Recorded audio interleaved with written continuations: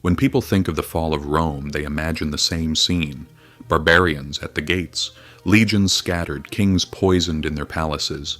It feels as if the collapse came only from an outside attack. But that is not the real story. Empires rot from within first, and the fastest way they decay is through their money. Rome collapsed largely because people lost faith in its currency. This story is not only about the ancient Roman Empire, it is still relevant today. Any nation that thinks it can play tricks with its money will eventually face the same consequences. For centuries, the backbone of Rome's economy was the denarius. It was made of nearly pure silver. Soldiers were paid with it, merchants used it in trade, and the people trusted it for their savings.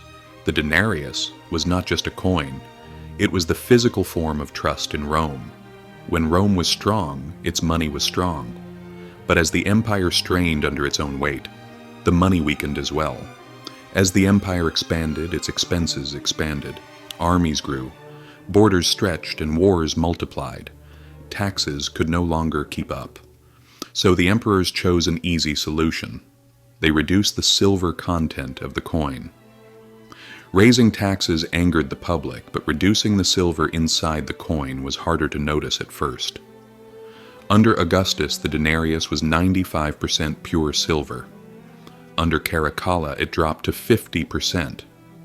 Under Gallienus, it fell below 5%. Most of the coin was copper with a thin silver coating. People could feel this change with their own hands. The result was inflation and a severe economic collapse. As the coin lost value, prices rose sharply. Soldiers could not survive on their wages. Merchants refused the debased coins. People returned to barter. Trade networks broke down. Yet the emperors kept minting more cheap money, thinking quantity could replace value.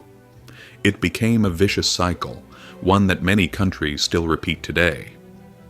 The crisis of the 3rd century, from the year 235 to 284, was one of the darkest periods in Roman history. For almost 50 years, the empire suffered civil wars, plagues, invasions, economic collapse, and a rapid turnover of emperors. At the center of all this chaos was a broken monetary system. Taxes were collected in worthless coins. Farmers abandoned their lands. Trade nearly disappeared. The government tried to impose forced labor and strict price controls, but none of it worked. When the money is broken, no policy can fix the economy. In the year 301, Emperor Diocletian issued a price edict. He set fixed prices for thousands of goods and services. Violating the law could mean death, but fixing prices did nothing, because the money itself had no value. A massive black market emerged. People bought and sold goods secretly at real prices. Law could not repair a worthless currency. Eventually, the denarius died. Around the year 312, Emperor Constantine introduced the gold solidus. It was strong and stable, and it lasted for centuries in the Eastern Roman Empire. But for the Western Empire, it was too late.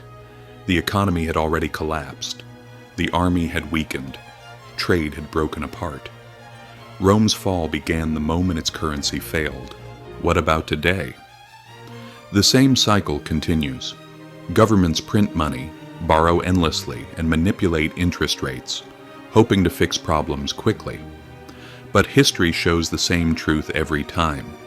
If you corrupt the money, you corrupt the entire system. And when the system breaks, society breaks with it. The wealthy always protect themselves with real assets such as land, gold, production, and businesses.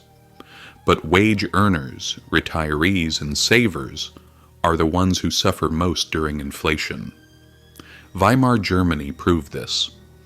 After World War I, the government printed money to cover its debts. By 1923, a loaf of bread cost 1 mark before the war, and 200 billion marks during the hyperinflation. People carried wages in wheelbarrows. Many burned money for heat. Savings vanished overnight. Economic despair fed political extremism and helped set the stage for Hitler's rise. Zimbabwe followed the same path in the 2000s. By 2008, inflation reached 89.7 sextillion%. Prices doubled every day. The national currency collapsed completely. Modern examples exist as well. In 1971, President Richard Nixon removed the US dollar from the gold standard. From that moment, the dollar became pure fiat currency, backed only by trust. Since then, debt has risen, the money supply has expanded, and purchasing power has eroded. $1 in 1971 buys what requires $6 today.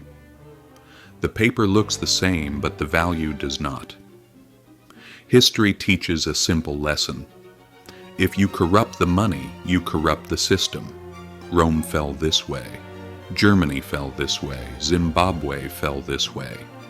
And many modern nations are repeating similar mistakes. There are lessons for individuals. Inflation is not an accident, it is policy. Real wealth is not found in paper money, but in production and real assets. And no period of economic stability lasts forever. Romans never believed their money would become worthless. Germans in 1913 did not believe it either. Neither did the people of Zimbabwe in the 1980s. But all of them lived through currency collapse.